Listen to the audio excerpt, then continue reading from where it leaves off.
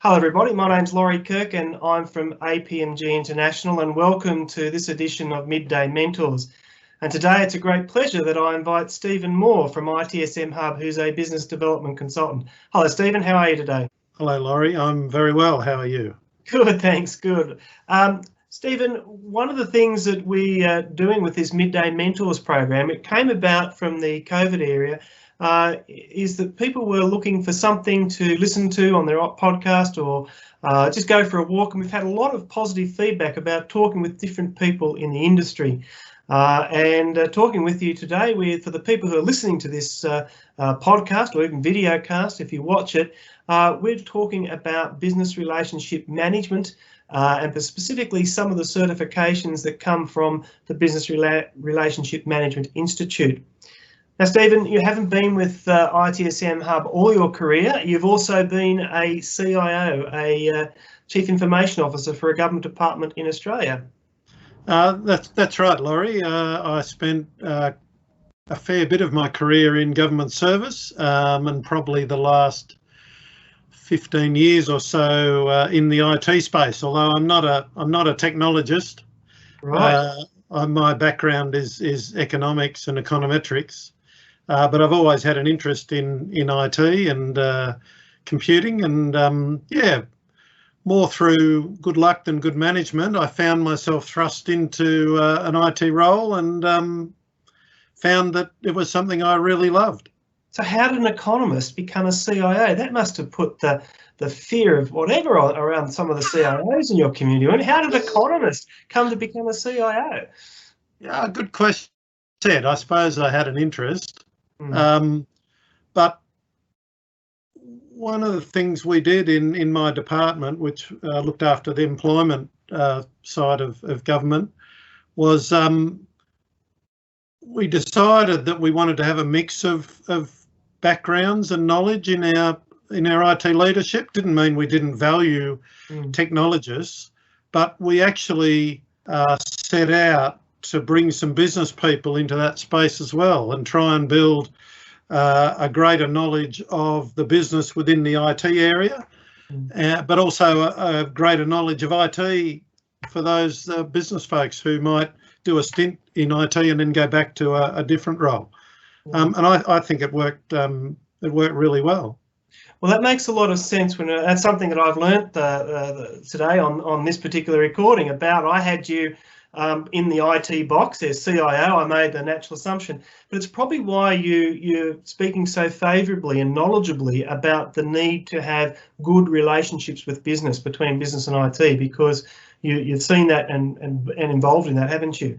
Absolutely. And you hear, perhaps not quite so much these days, but you used to hear horror stories about, the business deciding to do something and then lobbing something over the wall to the IT folks and say, go and do it. And likewise, the IT folks building stuff and then, everyone wondering why it just didn't work and why we didn't achieve the results that we set out to achieve. And I guess I got interested in business relationship management because it used to grate a bit with me that government IT, in Australia got a bit of the rough end of the pineapple, or a bit of a raw deal.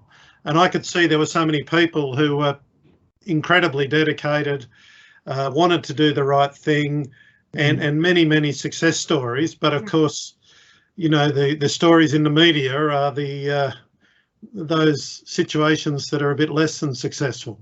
Yes. I was reminded somewhere, it's the ABC journalist who's reporting on the negative story, forgot that the Commonwealth, IT behind him was supporting 98 or 99% of the time. So it's interesting. We forget that those natural things that we say as business as usual, there's a lot of work under those three small letters, aren't they? BAU. Yeah, absolutely. Yeah. And I guess in some ways, if it isn't noticed, then it's doing its job, isn't it? Correct, it is, and that's particularly relevant with cyber attacks. So I'm looking in your career, interesting. Well, before we get on to your career, I should ask what you currently do now. You're now working with ITSMhub, a accredited training organisation in Australia. That's right. So I'm thankful to get a role with the ITSMhub, and I'm doing some business development work for them, including around the business relationship management capability that both training and consulting that we've developed. And, you know, I'll also step into consulting roles as and when they come up.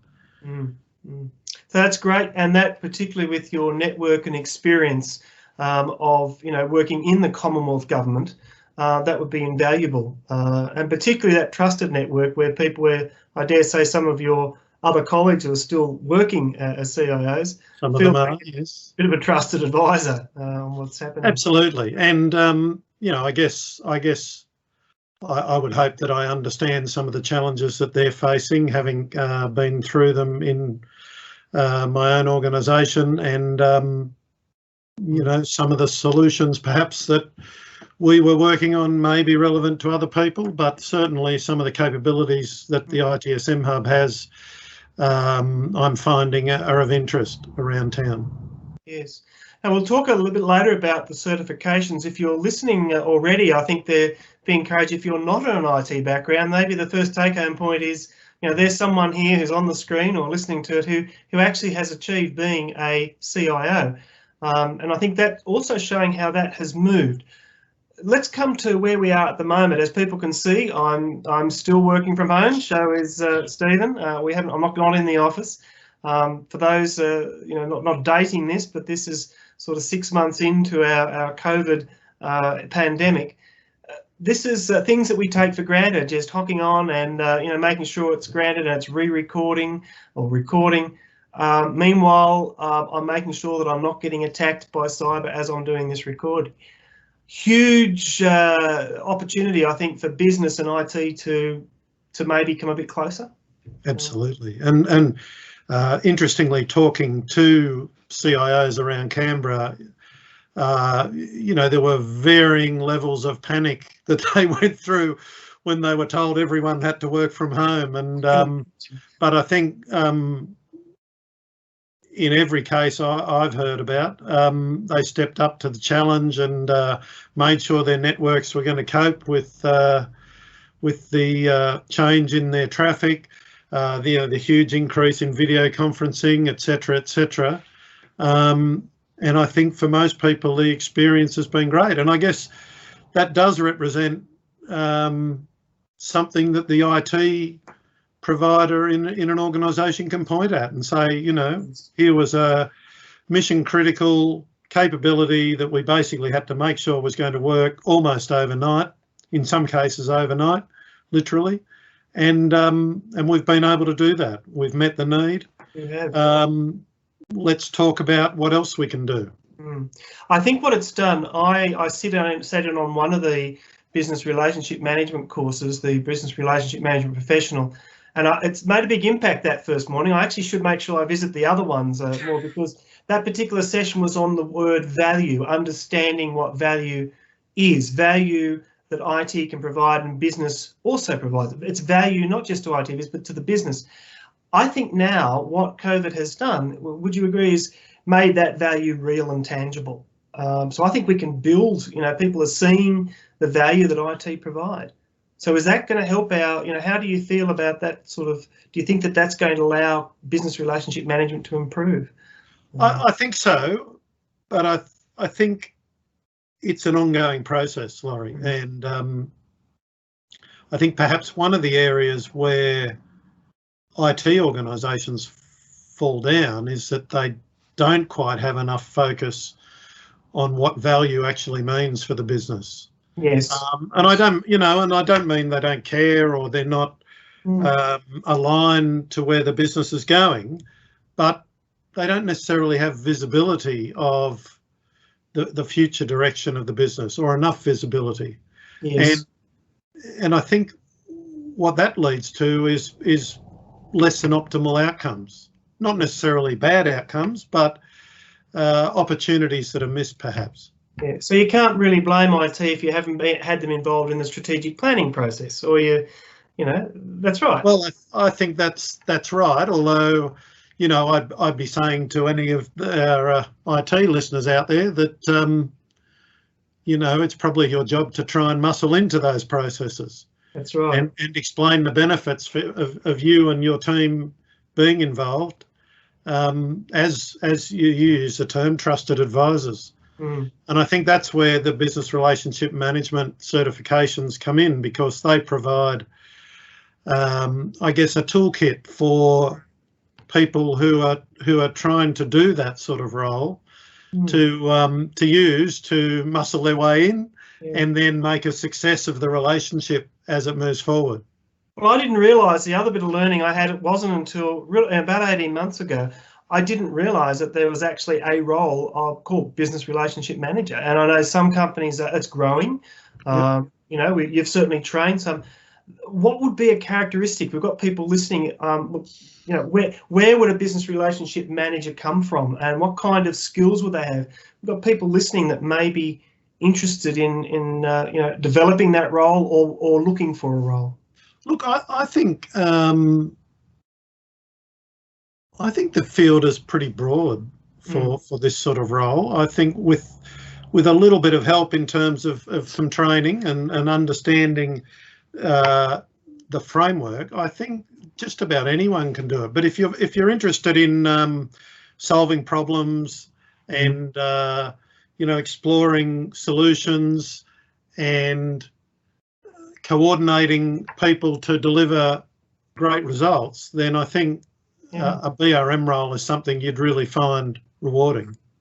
So speaking, let's keep on that track there. A BRM role doesn't necessarily have to come from IT, or they can come from both IT and business from areas. Potentially. I think there's a few important things that a business relationship manager needs to have. They need to have an understanding of the business situation, yes, the strategy and so on. But that's something, business IQ they call it, but you can develop that. They need to understand the provider domain, the IT domain. They need to know what capabilities the IT organisation has. They need to have the ability to go out and see and know what new technology is coming along that might be relevant to the organisation. And they need to have some capabilities around, they need to have some good leadership and management skills. So be able to manage a portfolio of, you know, perhaps different relationships and different projects and so on that are underway. And there's a really important piece around business transition. It's great to have good ideas, but if you don't make them happen and bring the business along and make that transition path as smooth as you can, then that reduces your odds of being successful.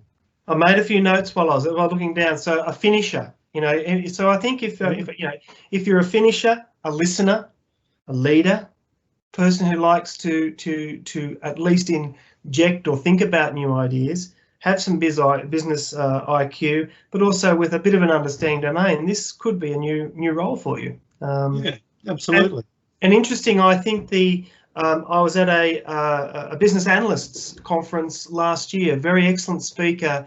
They do a week worth of professional development, and the speaker from one of the universities in Melbourne outlined that the role of the BA is not dead, it needs to transition. And I can see all the comments coming in from BAs. I'm not saying the role of BA is dead, but what I'm suggesting, I had a lot of BAs come to me and say, Laurie, where can I go now? I've done the Agile BA course that you have, etc. Think of what a BA does. You know, all those. I was just thinking, there's you know, that could a lot of overlap, Laurie. A lot of overlap and a lot of movement for a BA who might want to move into that. The funny thing was, as CIO, my other title within the group was senior BA. Oh, okay. But all jokes aside, even those who aspire to a CIO role, it's fair to say that a lot of the CIO's time is spent actually doing business relationship management. You know, talking to their peers about what's coming on, where's your strategic direction, how is it changing?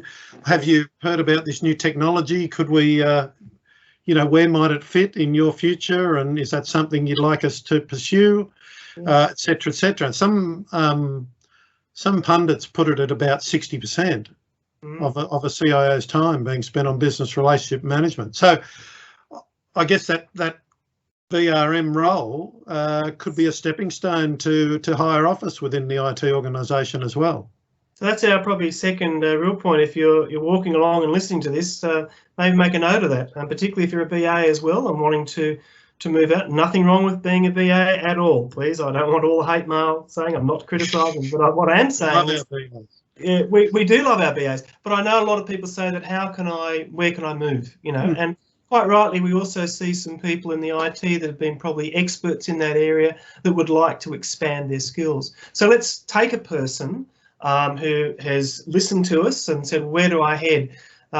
The Business Relationship Management Institute, they've got 2 certifications, haven't you? And I know that you've done one of the certifications. Tell me about what you found out about. You came in as an ex-CIO. What did you find out about the course? That's right. So I did the Business Relationship Management Professional Certification, which is the initial one.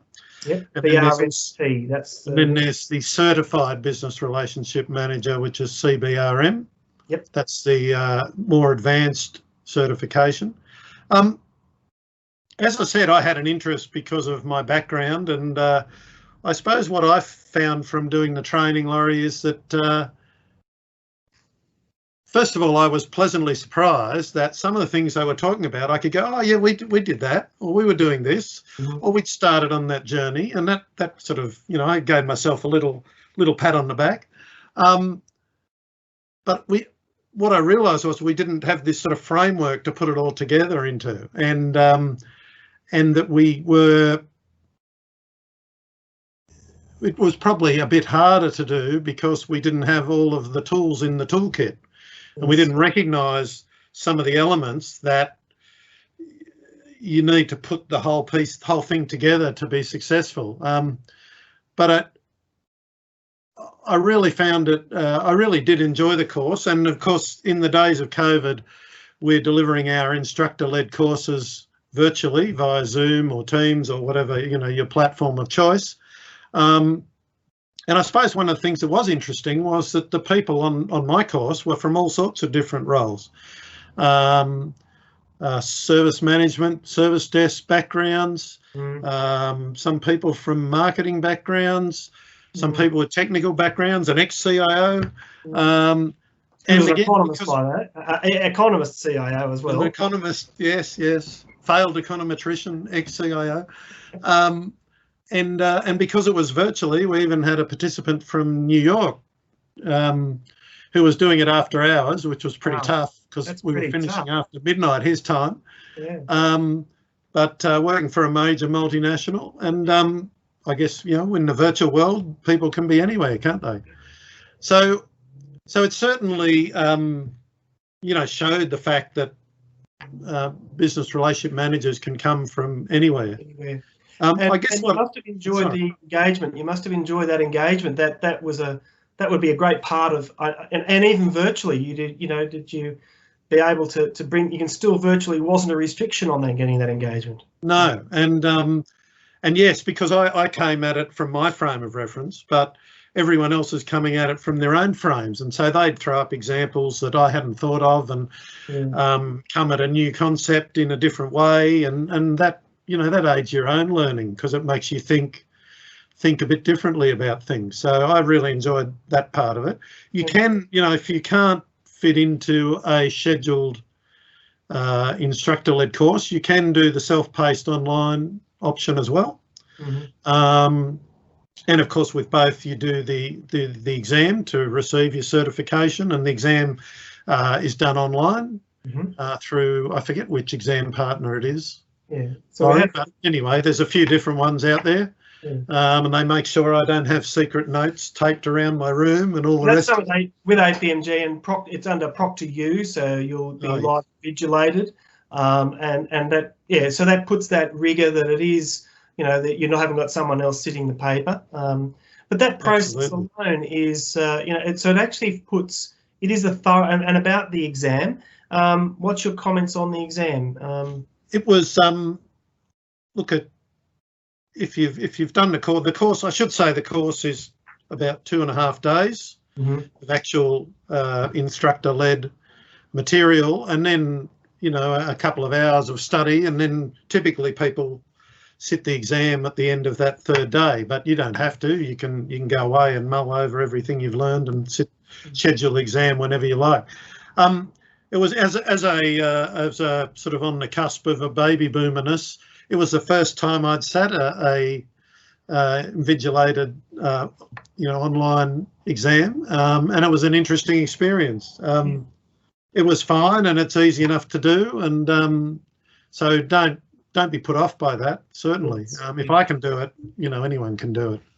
And look, that's right. I think if you are concerned about, please see myself or Stephen if you're listening, and there are sample exams, even other products, just so you get a look and feel, so you can have a look and feel of what the exam. It doesn't have to be the business relationship management professional exam, but I can show you typical exams so that it's the same look and feel, so you know what you're up for. And certainly the system worked very well in terms of telling you where you're up to and how long you've got left and how many questions you've got to go and so on, so you can manage your time and make sure you get through to the end. Excellent. And then you achieve the e-certificate, but in your portal you also have the digital badge, and that's another thing that that's right. You can put that on your LinkedIn record and so on. So yeah, it's good to have a certification that you can point to say that you've actually, you have undertaken this study and at least a bit about what you're talking about.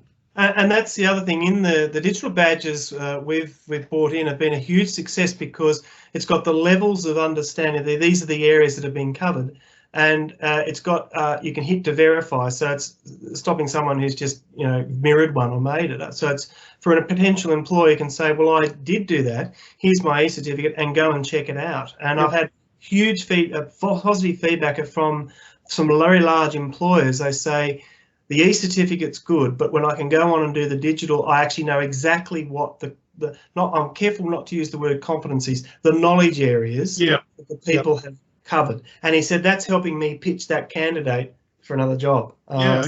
So I'd urge everybody to look at, plus the fabulous resources that are out there from the Business Relationship Management Institute alone as a way to nourish and continue nourishing your professional development. So go and have a look at their website as well. I'd like to come on now. I know you haven't done the CBRM course. That's going to be on your agenda this year, is it, Steve? We'll see. But it's for someone who's working in that a BRM role, has some experience, has done the business relationship management professional certification, and really wants to deepen their knowledge. So the BRMP, if you like, gives you the breadth of the concepts, and some depth on some of them. But CBRM really drills in, and probably one of the areas where it drills in most is around that business transition, business change, organisational change capability, which is so crucial if you're going to deliver value for the organisation, that that the change works. And I don't know, over my years in Canberra, I've heard lots of stories about wonderful new systems or solutions that were going to change the world, or the organisation at least, and just didn't quite cut it because they'd missed crucial elements of the organisational change piece. So and I think everyone is much more aware of that now, but business relationship managers play a crucial role in that, to make sure that everyone is engaged in that process, no stones are left unturned, and that all of the relevant areas in an organisation know about the change, are doing their bit to support the change, and everyone is confident that it's going to land successfully.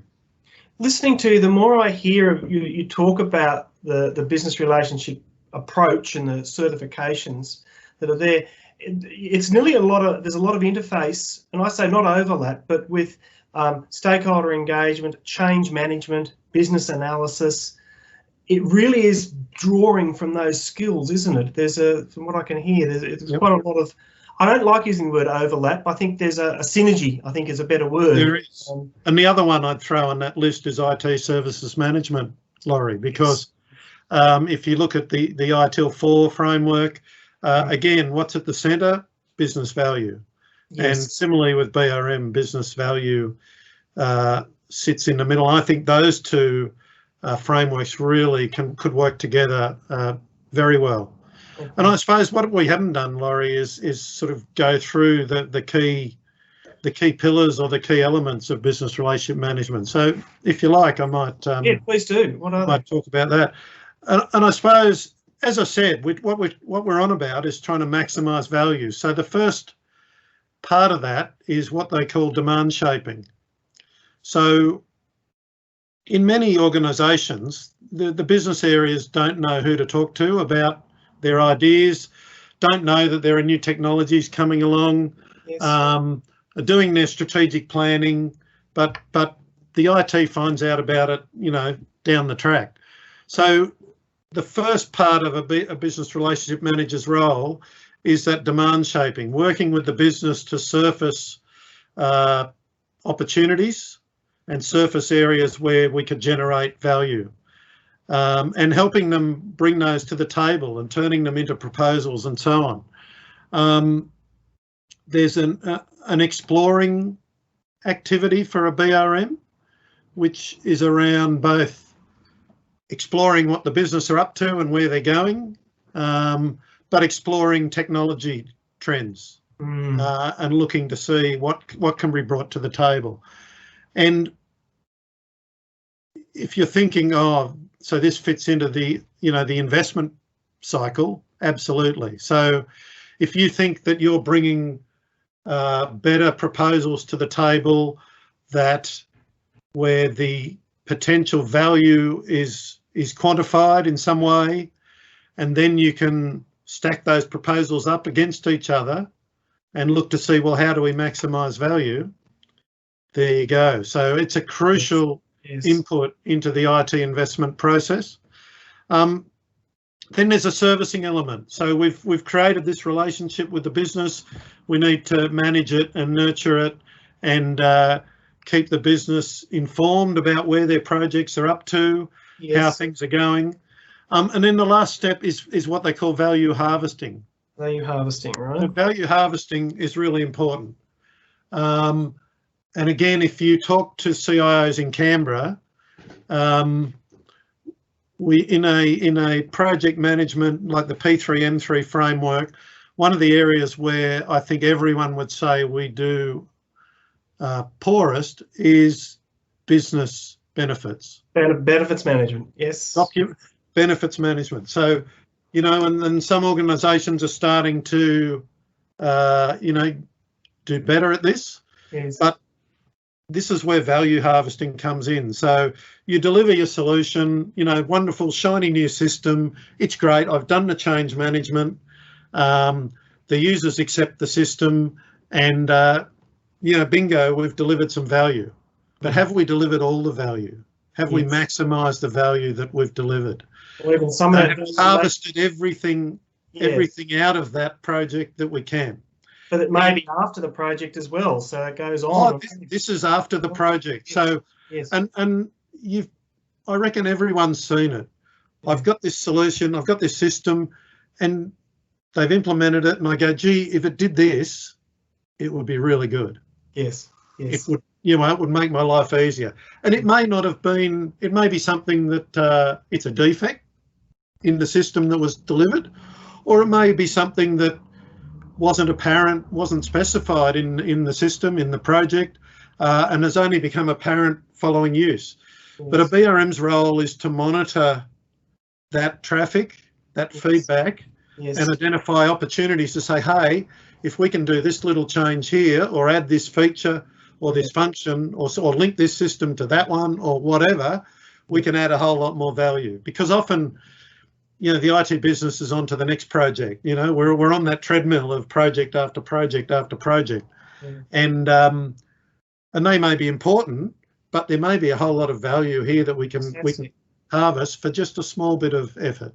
So I think that's a good, we're getting towards the end of our interview here today, but I think that's a nice way to finish there, because we know that budgets are tight. It's been announced in Australia and most other countries, one of the biggest recessions that we're having. But the recessions also, every recession has brought out a huge opportunity, hasn't it? It's actually it's harvested. The innovation that has come out of every recession is huge. And what you've just said is exactly that. Let's go back and have a look at some of the things that we've installed between IT and business, and what can we tweak, what can we join up to get that hybrid vigour.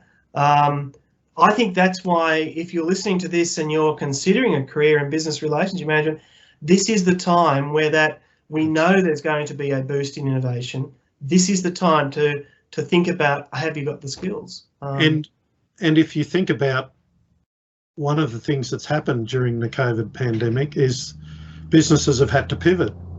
Yes. So if businesses are pivoting, their strategic direction's changing. Yes. Right.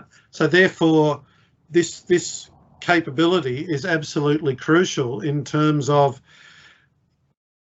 the IT business connecting with that pivoting and finding together with the business those opportunities and then maximising them. And that's and that'll help, those organisations come through this difficult time in a much more, perhaps more quickly, and in a much more solid footing. Excellent. Well, look, thank you, Stephen. I've got one more question. We're talking about the virtual delivery. We know we've got instructor-led, but there's instructor-led virtual. What's a typical day like? What kind of modifications have you made for virtual delivery? Have you found, when you've been delivering these, anything that's the people that you modified your approach? Look, it takes a little bit of practice, I think, for the trainers, and our trainers are excellent and have really grasped the nettle in this. But it's important that. It's probably more important that the trainer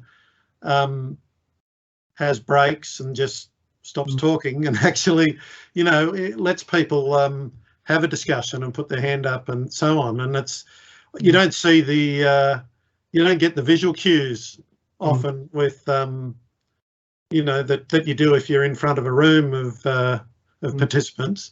And so it's really important that there's a quick, stop and check, and are we happy with that? Does, anyone have you got an example of that sort of situation that you'd like to share, and so on?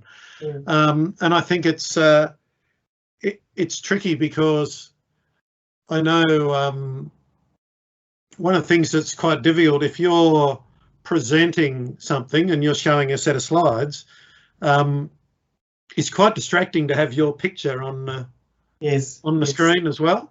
And so our trainers tend to turn off the video, and if they do, then everyone else does as well, for a period.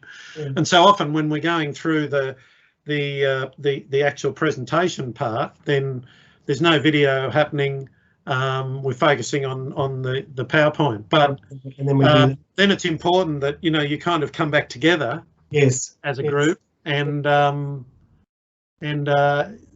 eyeball each other and talk about the material. I suppose one of the pluses of the virtual delivery is that it's economic for us to deliver to smaller groups. Yes. Because we're not paying for travel and accommodation for a trainer. They're doing it from the comfort of their living room or their office or wherever. And so that allows us to have a smaller group, which is a great experience. So it brings that closeness together. Exactly. Yeah, no worries. Well, look, Stephen, thank you so much for your time today. I think anyone that's listening to, there's a couple of really interesting messages. I hope that I've written a few down as I've gone here, but certainly these are times when we're looking at extra value, but not just extra value in organisations. Look at the value that's within yourself. Look at reflect on some of the comments that Stephen said about what business relationship managers we need. So I really have enjoyed the discussion, and I'm sure there'll be some further inquiries. Now, Stephen, any other closing comments? How can people get in contact with you? We're going to put this on LinkedIn. What other contacts would you suggest? Yeah, well, if they go to itsmhub.com.au, that's our brand spanking new website. Oh. And they'll be able to see all of our courses, not just business relationship management, but we have a wide range of other training offerings, and you can get in touch with us. There's a chat function there, as well as the email addresses, and we'd be very happy to talk with you and provide you with more detail. But there is quite a lot of detail on the various training courses, including business relationship management professional. And as I said, something I'm very excited about. I think it's probably come a little bit later to Australia than to the rest of the world. Yes. But I think it's really gathering momentum here, and I think I'm very excited about how it's going to change organisations in Australia. And to finish on, if you are in Canberra, Stephen he can hop over the border from Queanbeyan, can't you? Or wherever you are. So I can, unless we have further shutdowns. But no, that's right. So we've kept that Jerrabomba state border. So, but certainly Stephen can call and see. Once again, thank you very much, Stephen, for this edition of Midday Mentors, focusing on business relationship management and what you can do. Thank you. Thank you, Laurie. Pleasure.